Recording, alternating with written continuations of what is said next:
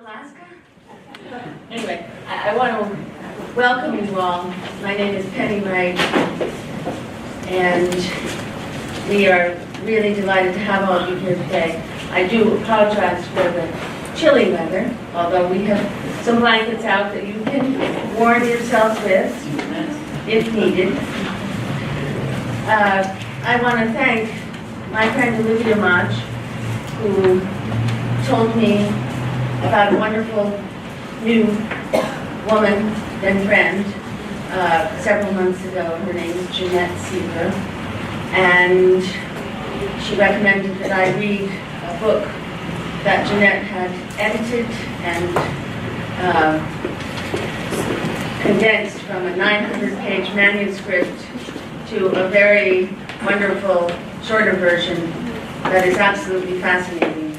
And the title of that book is The Tender Hour of Twilight, Paris in the 50s, New York in the 60s, a memoir of publishing's golden age, which was written by her late husband, Richard Seaver.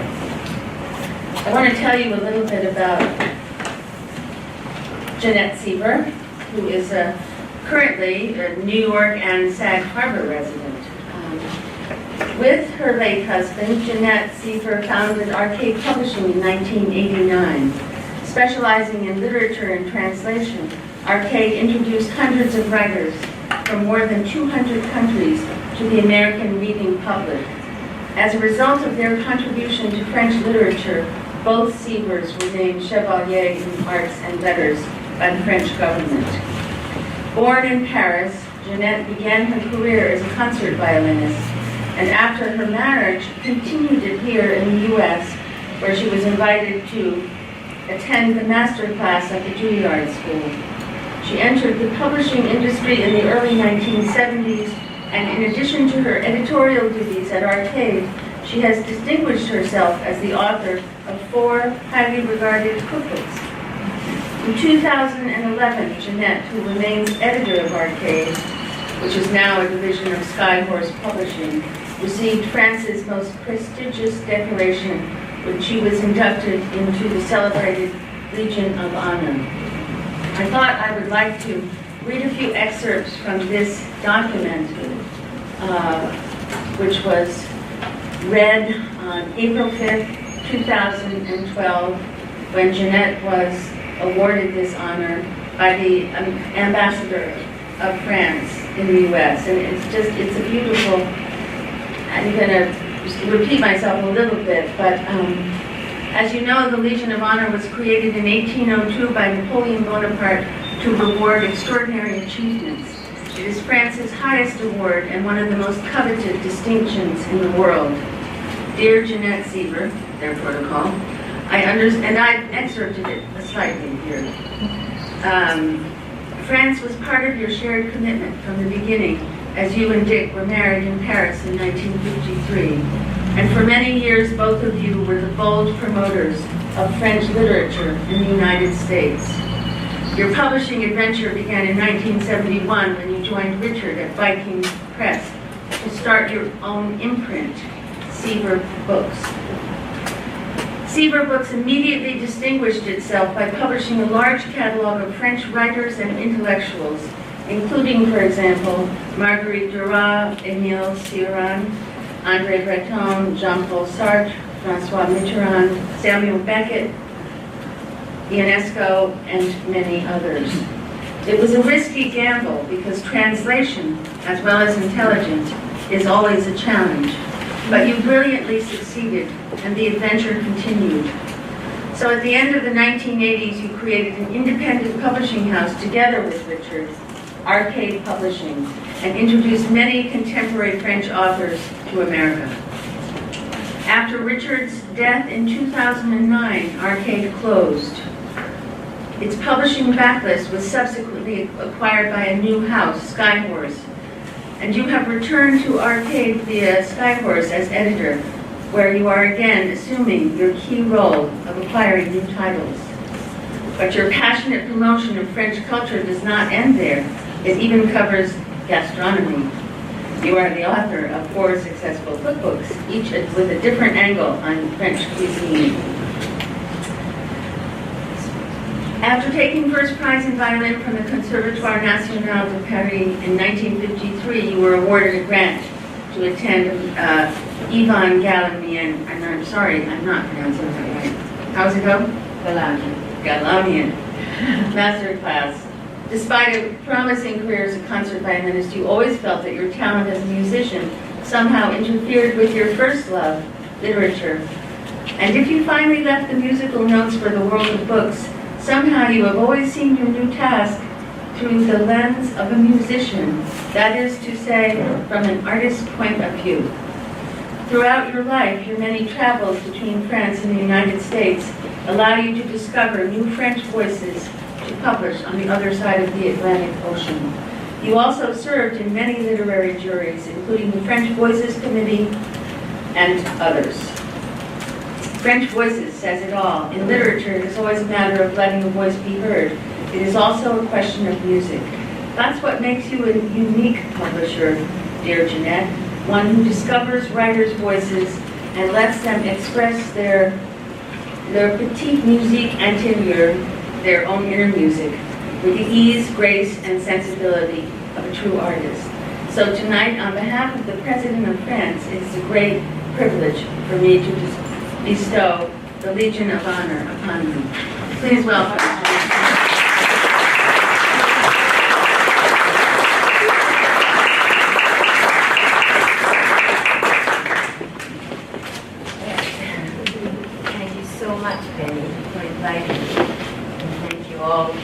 Sweet people for foregoing the beach or something more entertaining. And I hope I won't bore you too much. Normally in all my tour with this book I've been reading very hard. I think I'll do it more casually because it's a sweeter, cozier atmosphere. Let me first say, this is a book that has two very critical, pivotal cultural points. One is the discovery of Samuel Beckett by my husband in Paris, who brought Beckett to this country through English American speaking. It had never been published in English. Can you hear me? Because I have no idea. And the second pivotal point is Barney Rossett, who had founded Grove Press, and Dick Seaver, his right arm, for a decade fought valiantly the battles to abolish censorship. So there are two things: the discovery of a genius writer who transformed the theater and turned it upside down forever, as you well know.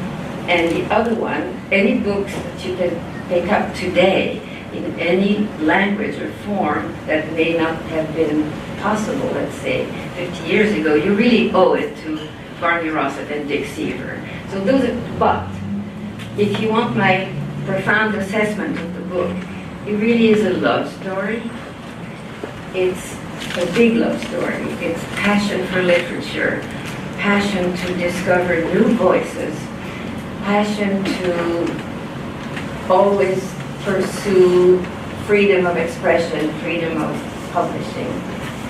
It's Dick's romance and love affair with France and Paris and French culture, and perhaps ours too, somewhere in between. But it is a very romantic book. This is a story, the journey of a 21-year-old all-American Connecticut guy, fit, who was a wrestling coach, was teaching literature, and he was landed unexpectedly three grants. The Fulbright, the GI Bill, he had been in the Navy, and the American Field Service. All of a sudden he had this mountain of money. He quit his job of teaching and went to where he wanted to always be, because he'd been studying French literature and culture, and he lands in Paris.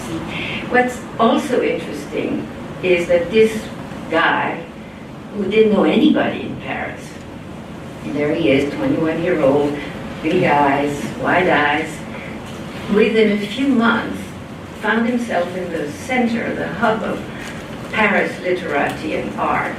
He would have afternoons with Jean-Paul Sartre. He was granted, he got a gig with the New York Times to write articles about French personalities, literary or theater, etc. And he was able to get a long interview with Colette, who had declared long before that she was not going to grant any more interviews. And it's extraordinary. Then he went to the Sorbonne and he applied for his thesis, and his professor of comparative literature asked him, what was the theme of your thesis, Seaver? And he said, James Joyce in the monologue intérieur, the interior monologue. And Professor Dédéan said, James Joyce, Seaver, we only accept theses about authors who are dead. And Dick said, Monsieur Dédéan, James Joyce died in 41, we're now in 47. And the answer was, yeah, but he's not bien mort. He's not just adorable. Okay. Be as it may, he did his thesis on James Joyce. He was supposed to do it in 1 year, but he stretched it over 6 years because life was way too much fun in Paris. And he felt he had to learn in the streets rather than in the classroom. And in fact,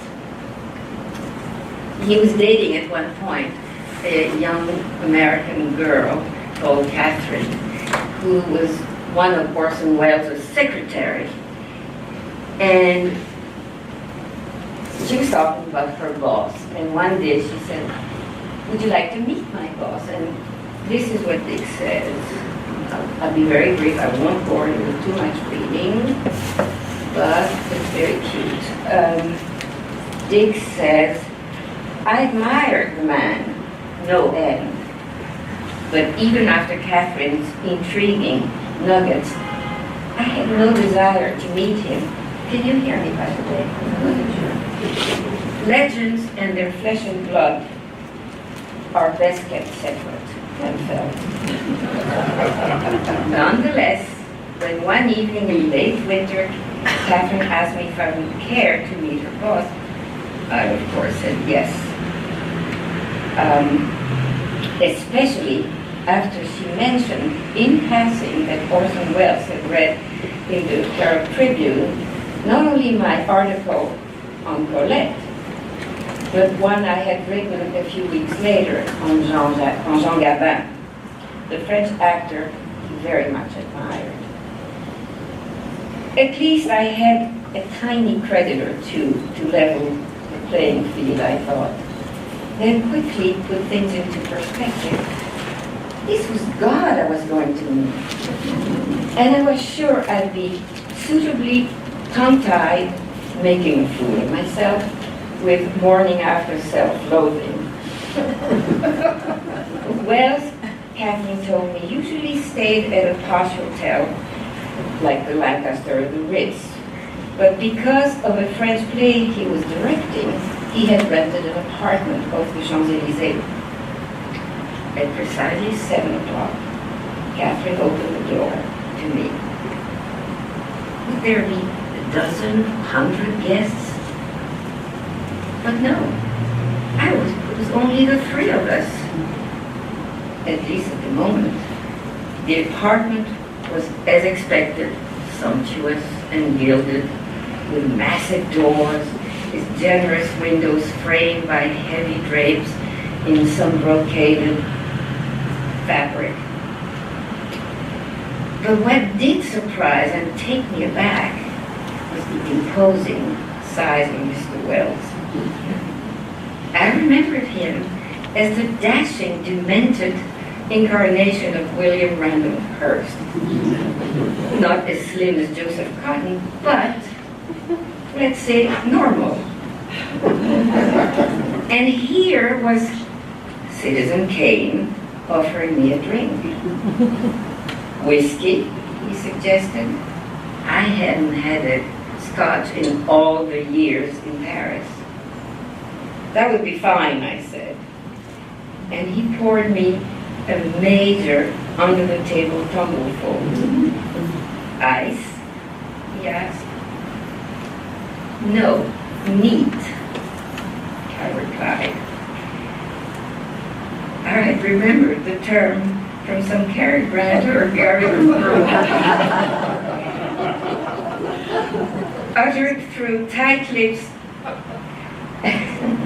so the words could barely be squeezed out. I think he was impressed. Catherine tells me you're a writer, Wells said. Jesus, in trouble already. I've never told her that. I write, I said, not quite the same thing.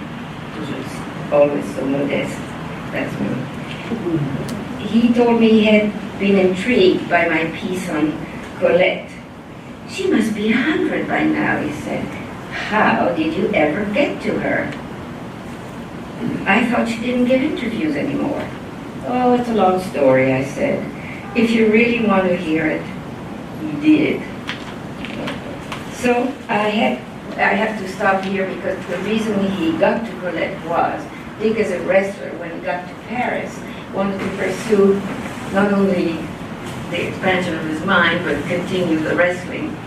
And he didn't know where to go, and someone suggested that he go to the Olympic wrestling team.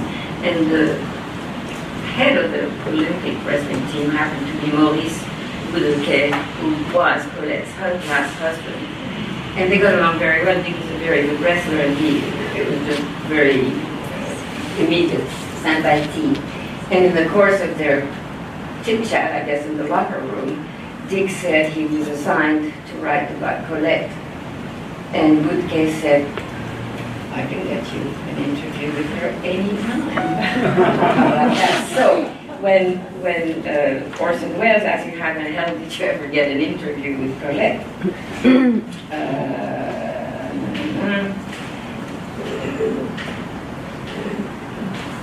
I had to thumbnail back my wrestling, my fortuitous encounter with Maurice Boudequet, Colette's husband, our bonding through the classic sport of wrestling, my assignment to write about Gigi, and Boudequet's immediate, generous response that I could interview the author in time. As I ended, I fear the 2, maybe 3 minutes roundup must have bored Orson Welles to death. But apparently not. Well, said Orson Welles, you really caught her flavor. When I read your piece, I felt I'd met Colette.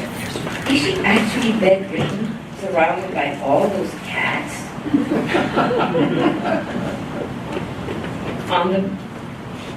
on the bed, in the bed, around the bed. I said, there must have been dozens. And then he goes on about talking about Colette had a very specific accent from Burgundy, which to us Parisians sounds like she was from Bulgaria. They roll the R's way more than the Spaniards, way more than the Italians. It's unbelievable. We had one president who had that accent. Everybody laughed when he opened his mouth. So he and Orson Welles have this, where Orson Welles quotes Colette, and it's very charming. So that's one thing. Then, but they got on very well, and Dick was very, and when I met Dick much later, and he told me he spent a dinner at Troyes with Orson Welles. I was, as a kid, I was completely impressed. Then he was also naming, on first name basis, with Jean-Paul Sartre and Simone de Beauvoir. I just finished reading Le Deuxième Sexe, and I was, wow, really impressed. Anyway, in the meantime, Dick was, as I said, deep into Joyce, and he's walking by a little street right next to where he lived, Rue Bernard-Palissy, where there's a very small publishing house called, very important public, it's a small house, physically a small house called, actually it's interesting, the publishing house is located in what used to be a bordel in the turn of the 20th century. And there still is a little window where I guess you had to give your password to get in. So in the window are these two volumes, and Dick is walking and he sees titles are in what seems to him Irish. He looks closer, and an Irish author writing in French. Whoa, what's going on? So he shoots across Paris to the English bookstore, wanting to purchase a book of Samuel Beckett, and he's met with, what? What's the name? Samuel Beckett? Never heard of him. Okay, so he goes back to the French publishing house, purchases the two copies, and reads them. Now, reading those books was for Dick, I write that in the introduction, and I know what it's meant to him. It was like a literary explosion. Dick was a writer, and he was writing. However, the minute he closed the second book, he felt there's no place for anybody to write ever another word, certainly not me. So he never wrote for many, many years. The muse had shut down, he just couldn't. He had heard from the French publisher with whom he had become sort of friendly. I mean, they found it interesting that this American guy was speaking excellent French. What was that? But they became good friends. And he told, Landon told Dick that he had heard from Beckett that there was a manuscript that Beckett had finished called What? W-A-T, that had never been published. It had been rejected by all the British publishers. And there was gathering dusk in Beckett's house. So Landon said to Dick, "You're that interested in the man, why don't you see if you can get hold of the manuscript?" Perhaps, because Dick was at that time involved in a literary magazine called Merlin. And he was so, it seemed like God. He was so transformed after reading Beckett. He said, "We've got to publish the man's work." And they had hoped that they could publish beginning by one chapter at a time. So Dick packed up 2 issues of the Merlin magazine and a cover letter explaining who he was and the magazine, where it stood, and how much they would be honored to publish a few extracts of the unpublished novel. So he goes in his bicycle with a little package, and I want to preface here me by saying, at least when I was growing up, the concierge in Paris were notorious for being ugly, suspicious, smelling, unfriendly, boorish, and always looked fat and old and gray, and they all made soup de poireaux so that every building smelled of that wonderful soup. But okay, so Dick takes the package on his bicycle and he arrives at the concierge. Oops, that's the wrong one, sorry. Hang on. I tapped on the glass window of the concierge door. Once, twice, discreet but insistent. And in due course, a face peered through the partially frosted glass, which gave her the distinct advantage of seeing me clearly while shielding half her face. By the half look she gave me, she doubtless took me for the neighborhood rapist. I had never figured out what kept the Paris concierge so busy behind those closed doors, and why, when they reluctantly responded, they automatically assumed the worst of their callers. Funny. So I say, "Monsieur Beckett?" I said through the glass, "I have a package for him." She continued to stare at me. "Shall I take it up to him?" I said in the gentlest tone I could muster, waving the thin packet across the dim horizon of her stare. Slowly the door opened a crack. and a bony hand followed by a bony wrist snaked through. 7e étage, she croaked. 7th floor, merci, I smiled. Il n'est pas là, she croaked. So friendly. Revenez plus tard, come back later. What time? I said plaintively. What time will you be home? And this really sounds to me like a little bit, and I guess a little Beckett dialogue. What time will you be home? Je ne sais pas, monsieur. This is like in the middle. Then how will I know when I should come back? Je ne sais pas, monsieur. Etc. So that's how it went. Now, he drops off, and he doesn't hear, nobody hears back from Beckett. So they thought, okay, it's one of those things. Weeks go by, the next issue of the magazine goes to press without Beckett's extract. Some weeks later, this is Dick, who had all but given up hope of ever hearing from Beckett, when one dark and stormy early evening in late November, as we were preparing his spaghetti and meatball dinner at the Rue du Sabot Culinary Emporium, yeah, right, a knock came at the door. The noise of the rain on the glass roof above was so deafening, we barely heard the knock. When finally I answered, there, outlining the light, was a tall, gaunt figure in a raincoat, water streaming down from the brim of a nondescript hat jammed onto the top of his head.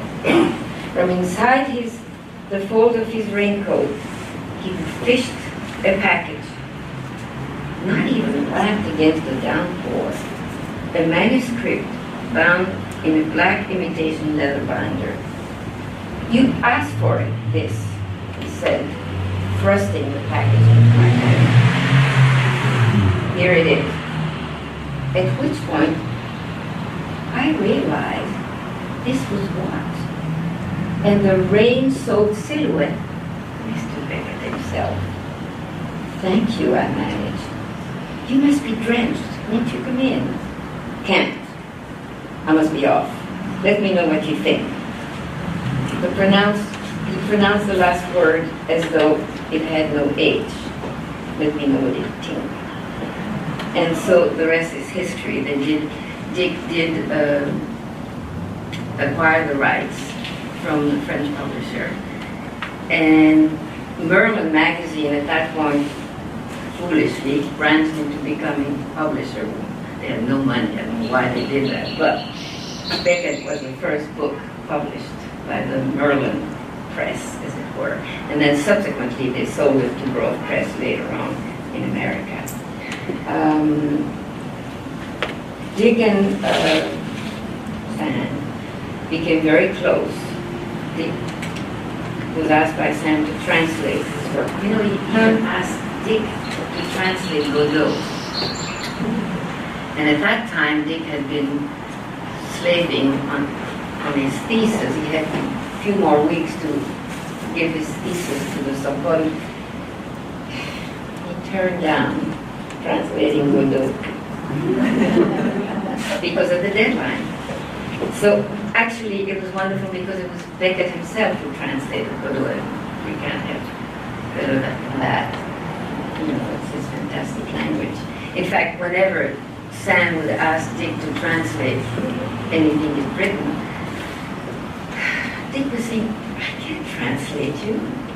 It's an absurdity for me to be translating Samuel Beckett into English. It's her language, for goodness sakes. No, he said, Dick, I want you to because it frees me from having to revisit old material, and it frees me to write new material. And I don't know, I can go on and on. There are lots of wonderful things in this book. It's really stuff like a poulet aux truffes. There are a lot of truffles in it. There is a wonderful moment, and I know you were part of that, the Chicago. Then he comes to America, he leaves Paris. We married.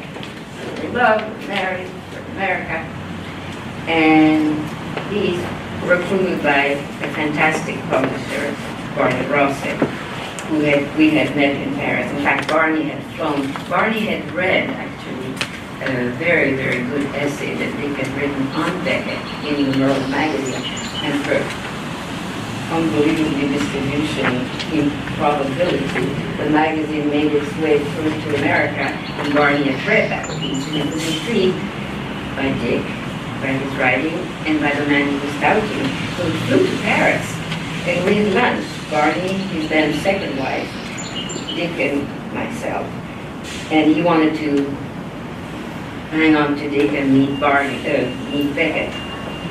But Dick was very proprietary, protective of Sand, who was very shy, didn't want to meet anybody. So he steered Barney to the French publisher. Very clever. Within an hour, Barney took a taxi, went to the French publishing house, and signed up all of Beckett's, without having really read any, signed all of Beckett's work for America, right from then. So by the time we arrived in New York, a year later, and Dick finished his stint in the Navy and was recruited by Barney, Beckett was already being published to zero acclaim, to zero sale, but he was in print. It's only after Godot and after the Nobel that it exploded into a bestseller. It was one of those wonderful many authors that he brought to grow. He brought all the Nouveau Roman at the time, all the UNESCO, on and on, Jean Genet. Dick is responsible for bringing so much of the French literature to America in translation. That's one of the reasons that he got this award of the Chevalier des Arts et Lettres.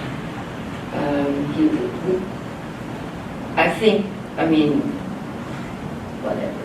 The American ambassador said to me, "You were a marvelous cultural ambassador to French culture," which is very exceptional, and I gave you this.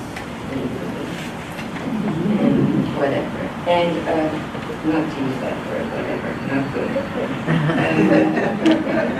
There's a wonderful passage when Grove had published by now pretty much all of Jean Genet's work. And there were 3 plays, Genet being very successfully acclaimed on in New York. So the producers and Barney and Dick, so let's bring Genet. He doesn't speak English, doesn't matter. Let's bring him to all his productions, theater productions. And Genet was very happy. Sure, he goes to the American Embassy. Now, I don't know if all of you know who Genet is. I know many of you do, but those who don't, he is or was a brilliant writer. However, he was, shall we say, in his youth had been walking less than a straight line, and had it's well put, I have to say, and was actually in adolescence, whatever it's called, reform school. So he had a dossier. He was a little bit dubious. He was in prison, and the French intelligentsia, with Sartre leading, got him out of prison through his writing, and he became a huge celebrity. However, in those days, he was an overt homosexual, which he was very proud of and wrote a great deal about, but that was a second no-no at the time, and in America it was really not accepted at all. So, he goes to the American Embassy, applies for his visa, and they give him a visa. I'll tell you why. I forgot one very important thing. Esquire magazine had hired 3 authors to cover the 1968 Democratic Convention in Chicago. And one of them was Jeannette, Gary Southern, and the third one was William Burroughs, imagine. Okay, I have it here. I have a cute passage. No. I'm sorry, bear with me. No. Did I? Oh, yeah. In a stroke of journalistic brilliance, madness, Esquire magazine, sensing that the Democratic Convention of Chicago might well be a historic event, invited 3 world-famous writers, all published by or associated with Grove Press, to cover the convention. The satirist Terry Southern, author of The Magic Christian and Candy, the author most capable of handling frenzy, said Esquire. William Burroughs, author of Naked Lunch, the nightmarish work that had propelled him from the North African expatriate drug scene to New York Times bestsellerdom. And Jean Jeannette, playwright, novelist, ex-convict, and homosexual, author of 2 long banned works we had recently published in the United States.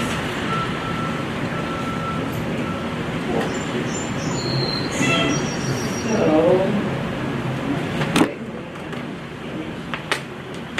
well, I just won't read it, I'll just talk.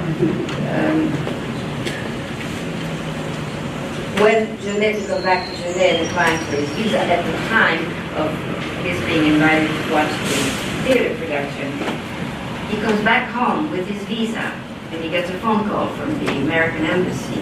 Monsieur Jeannette, yeah. We're terribly sorry, we made a mistake. We didn't mean to give you the visa. So, Jeannette, and he said, and the voice says, would you please return the visa?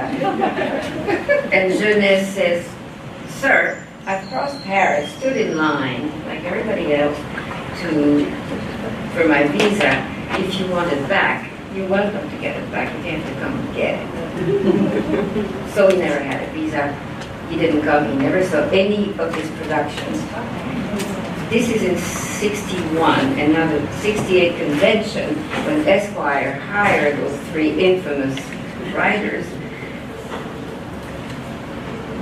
Grove Press tried to, through all sorts of connections in Washington, to see if they could waive and have him be granted a visa. And of course, nothing. So they decided, okay, there'll be 2 writers rather than 3. Okay. By the way, I want to make one correction. Where's Penny? Okay, sure. Okay. I was a citizen of Southampton for 40 years, not Sag Harbor. And it's like a tiny correction of no real importance. But Dick and I were citizens of Southampton for 43 years. So Sag Harbor is a little accident that just happened. So we're in Southampton in our little house on Sunday morning, and the phone rings, and pick up, hello? Dick Seaver? And they said, Ici Jean. Oh, I said, hi Jean. Are you calling from Paris? What's up? And Jean says, I am across the border. I'll be in New York in 2 days. Oh, Dick says, toujours naïf, you got your visa, how wonderful. Jean said, pas du tout. I never got my visa. But it's of no importance, is it? Meet me at the, Dick says, I'll meet you in 2 days at the Biltmore. And Dick thought, we're going to Chicago. Well, the entire police force and the military and the CIA and the paratroopers and the Navy SEALs or whatever. They're all there with this guy who is a completely undesirable person in the United States. Has come fraudulently without a visa. We are cooked. And so he says to Jean, écoute Jean, look, you're crazy. Not only are you crazy, but you're endangering us all. You're a target and you'll be put in prison. More than that, you'll be deported. And he says, Dick, stop being paranoid. Nothing will happen to me. Okay. So off we go to Chicago. And you know, it was extraordinary. Nothing did happen. No, zero. We were in the protest. We were actually asked by Dillinger to be the first in line for the peace protest, anti-Vietnam protest. And so we're all there, arm in arm with Burroughs, Allen Ginsberg, Jean Genet, all these very solid, well-thinking citizens, Dick, myself, and a few other people. And we're given flowers and we're marching. And this was really a very important time. And there was a lot of stuff going on. There were gas, tear gas. I was frightened. To me, it reminded me of the war. I was like a little chicken. And Jean, we lost him in the middle of it all.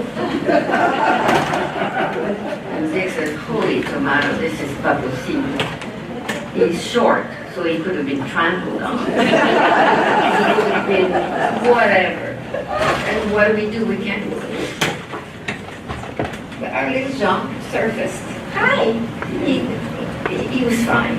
Again, nothing happened to him. It was a very interesting time. We were at, I forget the hotel, some hotel in Chicago. Great. No, I haven't written that, but I don't remember. And our room was next to Jean, because we were his translator, his guardians.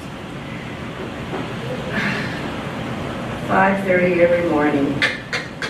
He had this little figure in his kimono saying, I want to read you what I wrote during the night. We'd of course gone to bed at 3, so it wasn't really fun. So he did that for 3-4 days in succession. And he wanted our editorial response to his reading, like I really was up to it.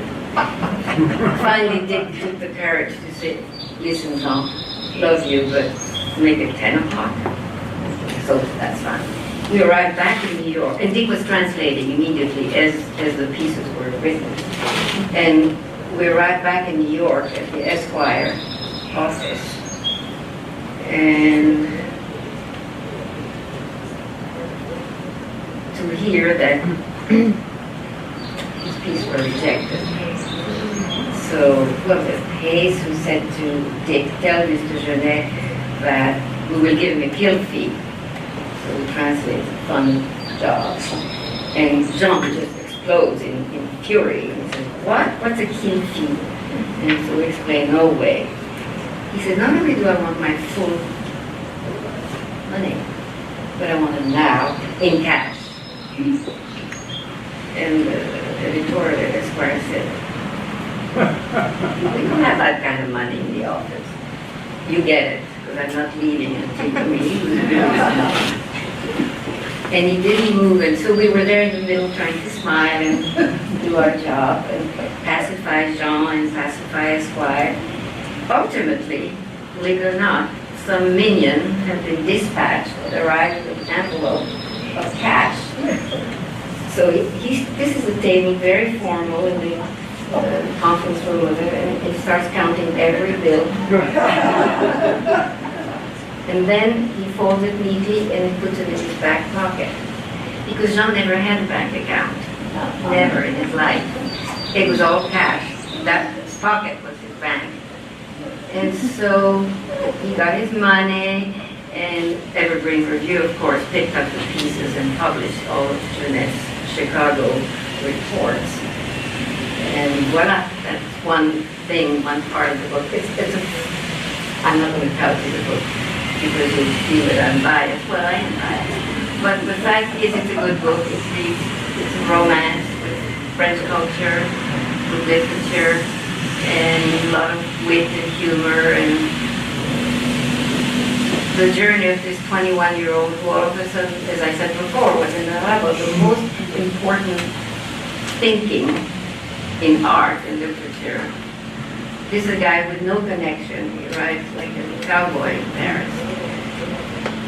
And voila, that's my story.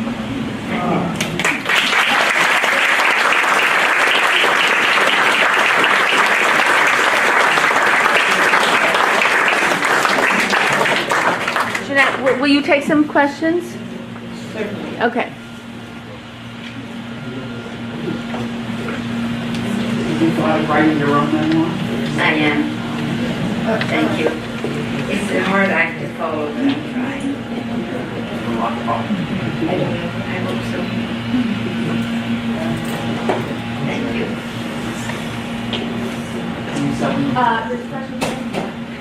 No, I don't think we're allowed to sell books in the library.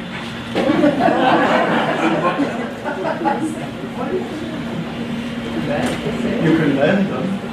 I could, you're right.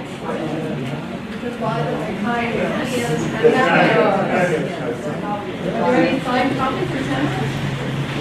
Any what? Signed copies of Samuel?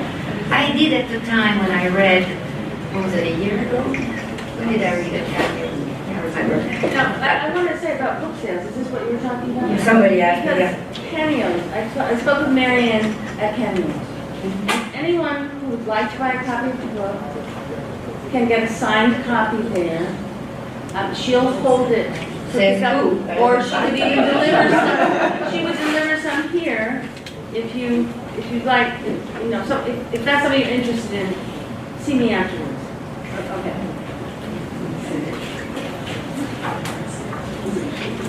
Jeannette, could I ask you about, I noticed in your acknowledgements, you thanked Toby and Dan Talbot. Yes. So what kind of overlap was there with film people and writers? We were very close. We are very close friends. In fact, there was a time when we really felt that the New Yorker film and subsequently the Lincoln Plaza Theater, they were going exactly in the same direction as we were, parallel in literature. In other words, we were publishing quality books that were not necessarily successful, but were meaningful in the canon, and they're doing the same thing with film. They're really extraordinary. And so at the time, in the 50s, were you socializing, or were those worlds overlapping? Completely all the time. I see, okay. How long did you stay in Paris? I stayed there. I was born When you left couple, you left Paris. I was born, raised, and married in Paris. And then Dick was recalled in the U.S. Navy, and I had just gotten a grant to Juilliard, just worked out the same. So we came here in 94? Yeah. With the idea of returning to France. But Dick couldn't find the job at the time that would bring him back officially as a working person in France.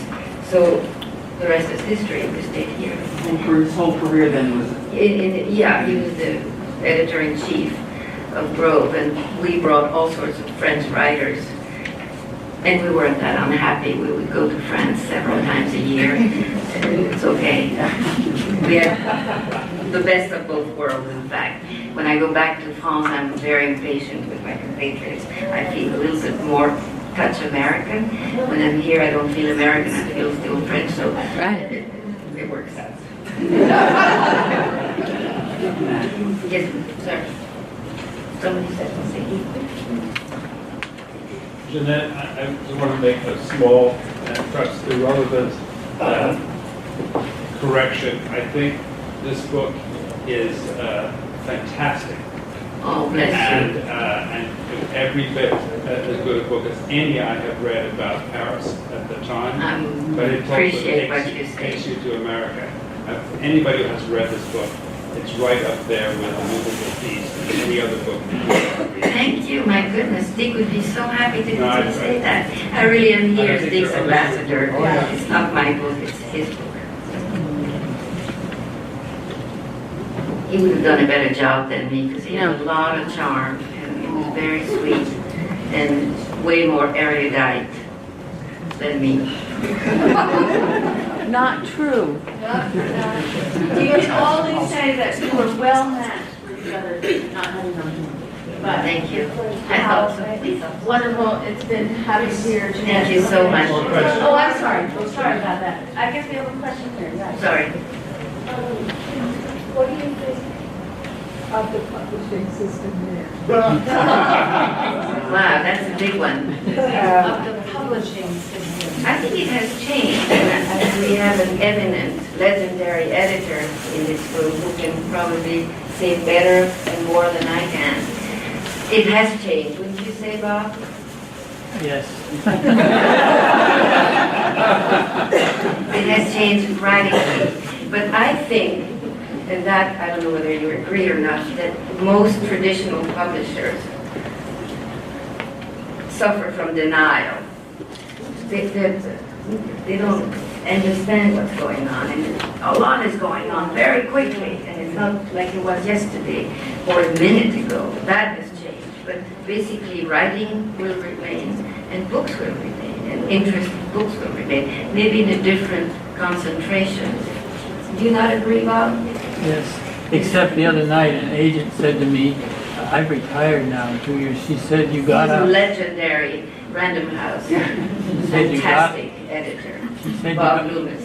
She said you got out just in time. Yeah, I think Dick would say the same thing, actually. Right. Yeah, right. However, writing exists, reading exists, will continue to exist.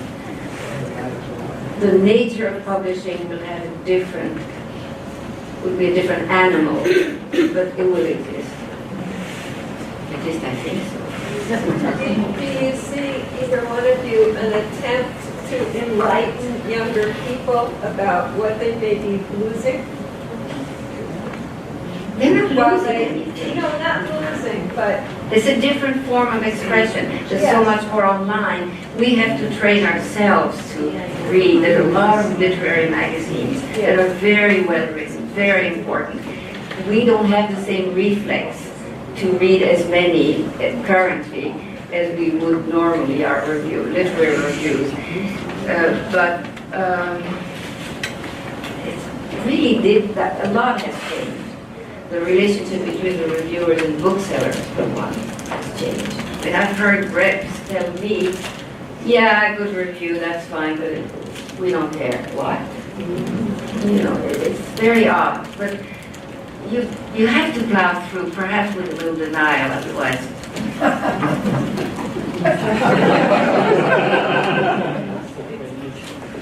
Oh, Betty, what do you have to say about publishing? Availability.